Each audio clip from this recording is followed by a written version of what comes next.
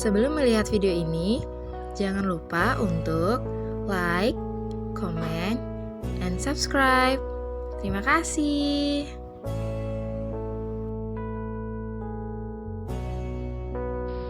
Assalamualaikum warahmatullahi wabarakatuh.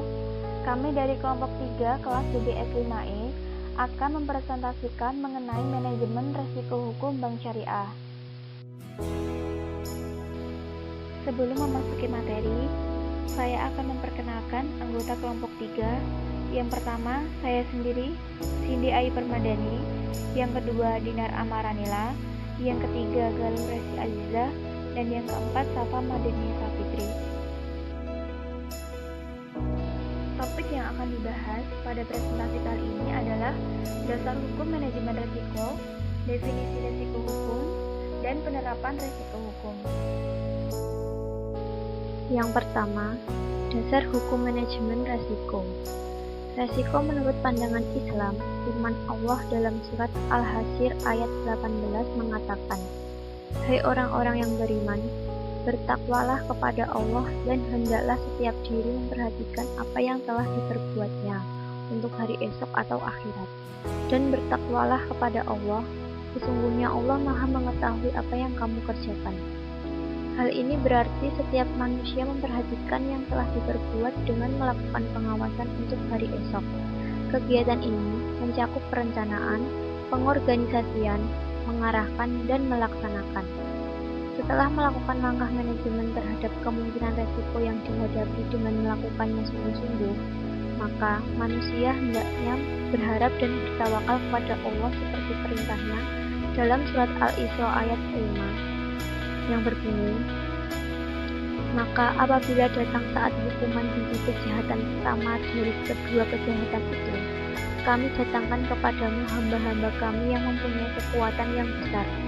Lalu mereka merajalela di kampung-kampung, dan itulah ketetapan yang pasti terlaksana.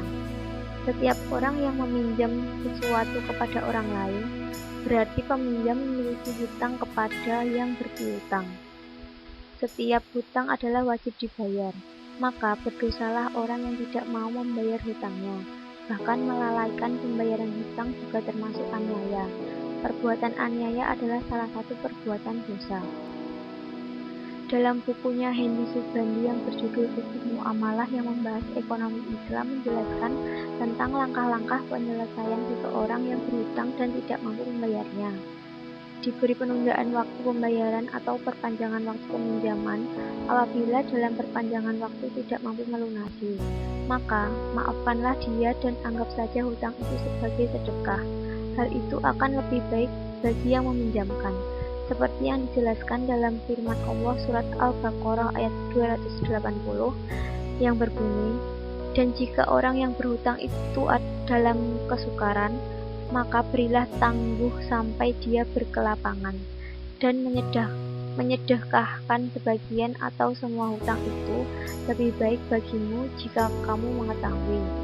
Dari ayat ini dapat disimpulkan bahwa orang yang berhutang yang tidak mampu membayar hutangnya bukan karena sengaja atau pura-pura, tetapi memang secara ekonomi tidak mampu untuk membayar hutangnya, maka pihak yang memberi hutang harus menunda tagihan hutangnya dengan memberikan waktu tangguh sampai yang berhutang mampu membayar hutangnya. Pihak yang memberi hutang tidak boleh memaksa orang yang berhutang karena dia dalam keadaan susah untuk membayar hutangnya. Kemudian, orang yang menunda-nunda hutang bagi orang kaya adalah suatu kezaliman. Hal ini dijelaskan Rasulullah Shallallahu Alaihi Wasallam dalam hadisnya yang berbunyi, "Telah menceritakan kepada kami, Muhammad bin Yusuf telah menceritakan kepada kami, Syufwan dari Ibnu Zakwan dari Al-A'raj dari Abu Hurairah radhiyallahu anhu dari Nabi Shallallahu Alaihi Wasallam bersabda, menunda membayar hutang bagi orang kaya adalah kezaliman, dan apabila seorang dari kalian hutangnya dialihkan kepada orang kaya, hendaklah ia ikuti." Hadis ini menjelaskan bahwa orang yang mampu tetapi menunda-nunda pembayaran hutang ataupun melalaikan pembayaran hutang merupakan suatu tindakan yang menzalimi pihak yang memberikan hutang atau pinjaman. Bagi orang yang mampu tapi menunda-nunda pembayaran, maka pengadilan boleh melakukan penyitaan sebagai jaminan. Ayat Al-Quran dan hadis tersebut di atas utamanya adalah isyarat bahwa manajemen risiko itu ditetapkan sebaik-baiknya agar tidak menyebabkan kerugian bagi masing-masing pihak yang melakukan akad atau transaksi. Jika kita koneksikan dengan baik, maka bank harus memperhatikan dengan sungguh-sungguh potensi risiko yang dihadapi dan mengembangkan sistem untuk mengidentifikasi, mengontrol, dan mengelola risiko-risiko tersebut. Pengembangan budaya manajemen risiko bank merupakan bagian yang tak terpisahkan dari tanggung jawab otoritas pengawas dan regulator. Oleh karena itu, otoritas pengawas juga harus mengenal baik karakter risiko bank Islam dan urut serta dalam mengembangkan manajemen risiko yang efisien. Definisi risiko hukum. Risiko hukum adalah risiko yang terjadi diakibatkan oleh adanya kelemahan aspek yuridis. Kelemahan aspek yuridis antara lain disebabkan adanya tuntutan hukum, ketidakperaturan perundang-undangan yang mendukung atau lemahnya perikatan seperti tidak terpenuhinya syarat sah kontrak. Tujuan utama risiko hukum adalah memastikan proses manajemen risiko dapat meminimalkan kemungkinan dampak negatif dari kelemahan aspek yuridis, ketiadaan dan perubahan peraturan perundang-undangan. Menurut Surat Edaran Bank Indonesia Nomor 5 yang dikeluarkan pada tanggal 29 September 2003 mengenai penerapan manajemen risiko bank umum.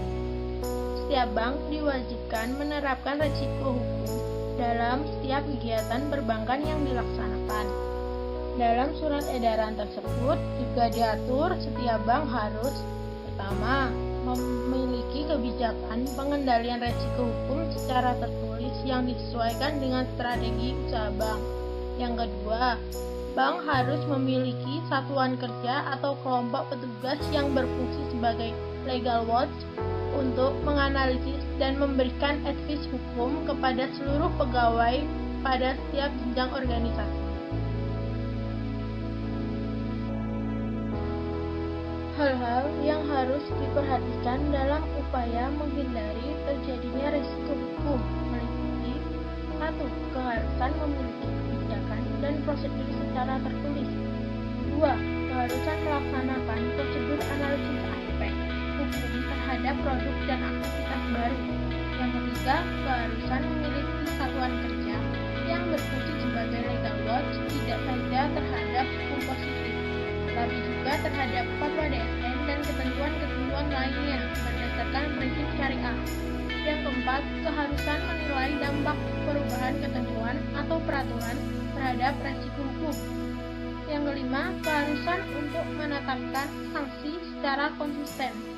Yang keenam, keharusan untuk melakukan kajian secara berkala terhadap akad, kontrak, dan perjanjian-perjanjian bank dengan pihak lain dalam hal efektivitas dan enforceability.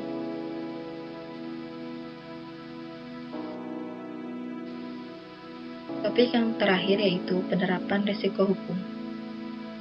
Penerapan manajemen risiko khususnya risiko hukum dalam bank syariah yang harus dilaksanakan mencakup hal-hal sebagai berikut.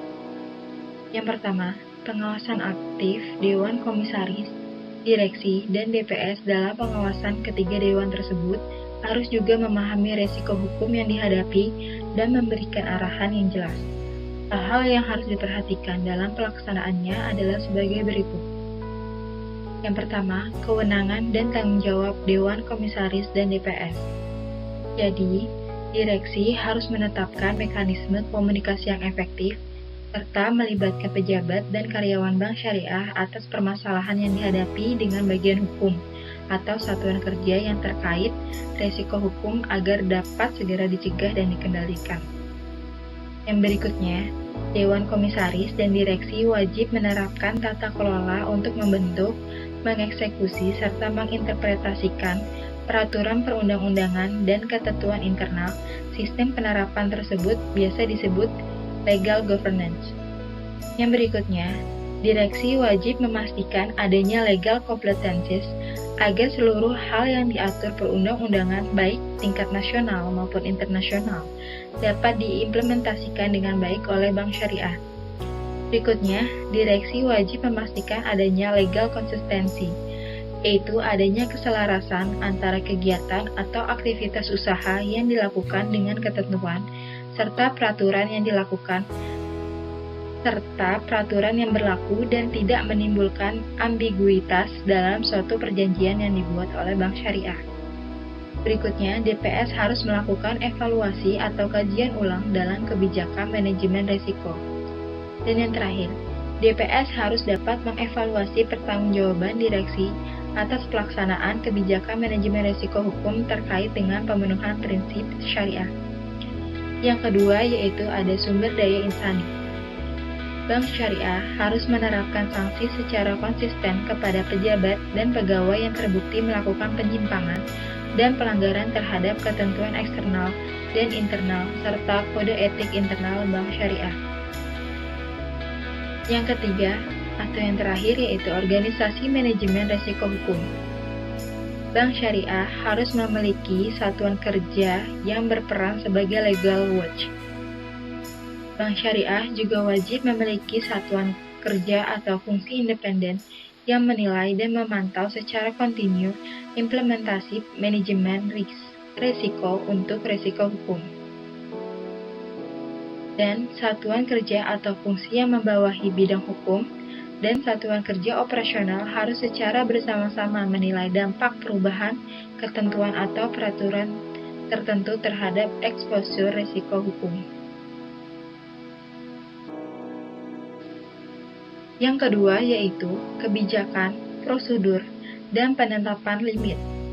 Penerapan manajemen risiko harus didukung dengan kerangka yang mencakup kebijakan yang ditetapkan secara jelas, sejalan dengan visi misi dan strategi bisnis Bank Syariah.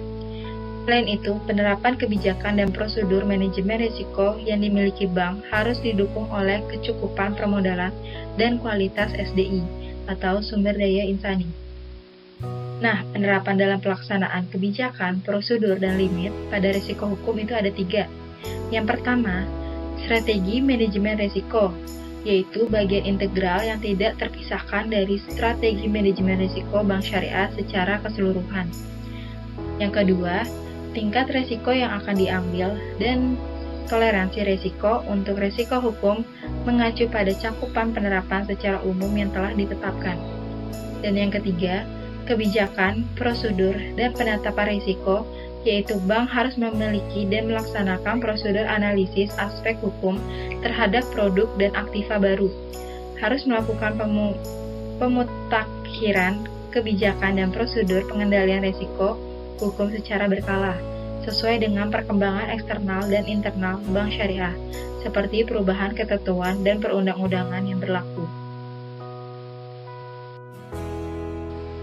Selanjutnya, hal yang dilakukan dalam menerapkan kebijakan identifikasi, pengukuran, pemantauan, dan pengendalian risiko, serta sistem informasi manajemen risiko hukum adalah sebagai berikut. Yang pertama, identifikasi risiko hukum. Dalam hal ini, bank wajib melakukan identifikasi seluruh risiko hukum secara berkala. Wajib memiliki metode untuk melakukan identifikasi risiko hukum pada seluruh aktiva produk atau bisnis bank. Proses dilakukan dengan menganalisis serta memastikan risiko dari produk dan aktivitas baru melalui proses manajemen risiko yang layak sebelum diperkenalkan dan dijalankan. Secara umum, diketahui bahwa ruang lingkup risiko hukum di perbankan meliputi seluruh aktivitas bank dalam melaksanakan usaha-usahanya. Yang kedua, pengukuran risiko hukum. Dengan adanya pengukuran manajemen risiko hukum, Bank Syariah dapat mengukur seberapa besar tingkat risiko yang dihadapi. Metode pengukuran kuantitatif atau kualitatif yang digunakan dalam pengukuran risiko hukum. Dalam proses pengukuran risiko hukum ini, bank menggunakan kombinasi pendekatan dalam melakukan pengukuran terhadap risiko hukum, yaitu perkreditan, treasury dan investasi, kegiatan operasional dan jasa, pembiayaan dan perdagangan, pendanaan dan instrumen hutang, teknologi sistem informasi dan sistem informasi manajemen, dan yang terakhir pengelolaan SDM. Yang ketiga, pemantauan resiko hukum. Dalam hal pemantauan baik yang dilakukan unit pelaksana maupun SMR, Bank Syariah harus memiliki sistem serta prosedur yang mencakup terhadap besarnya eksposur risiko, toleransi risiko, kepatuhan limit internal, dan stress testing. Yang keempat, pengendalian risiko hukum. Dalam hal ini, satuan atau fungsi kerja yang membawahi bidang hukum harus melakukan pengkajian ulang secara berkala terhadap kontrak kerja dan perjanjian yang dilakukan antara bank syariah dengan pihak yang dilakukan antara bank syariah dengan pihak lain. Pelaksanaan pengendalian risiko hukum yang melekat pada seluruh fungsi organisasi baik secara langsung maupun tidak langsung menangani kegiatan yang berkaitan dengan risiko hukum antara lain. Bagian hukum melakukan kaji ulang secara berkala terhadap kontrak dan perjanjian antara bank dengan pihak lain di luar bank. Penerbitan dokumen bank seperti garansi bank, perjanjian pembelian, perikatan kerjasama, dan lain-lainnya selalu didukung dengan dokumen yang lengkap. Memastikan telah diselenggarakannya risiko hukum terhadap yang pertama, penyelenggaraan operasional organisasi dan pengendalian intern telah dilaksanakan sesuai dengan ketentuan dan peraturan, kode etik, strategi usaha yang ditetapkan. Yang kedua, kepatuhan terhadap prosedur internal dan ketentuan yang berlaku. Yang ketiga, laporan keuangan bank, sistem informasi manajemen risiko. Dan yang terakhir, penyelenggaraan komunikasi yang berkaitan dengan dampak risiko hukum kepada seluruh pegawai dan setiap jenjang organisasi. Dan yang terakhir, sistem informasi manajemen risiko hukum. Dalam hal ini, bank syariah harus mencatat ulang ataupun mengarsipkan setiap kejadian untuk mengukur tingkat kerugian dan mengurangi potensi kerugian. Nah, itu saja yang dapat kelompok kami sampaikan. Apabila ada kekurangan, kami mohon maaf yang sebesar-besarnya. Kurang lebihnya mohon maaf. Wassalamualaikum warahmatullahi wabarakatuh.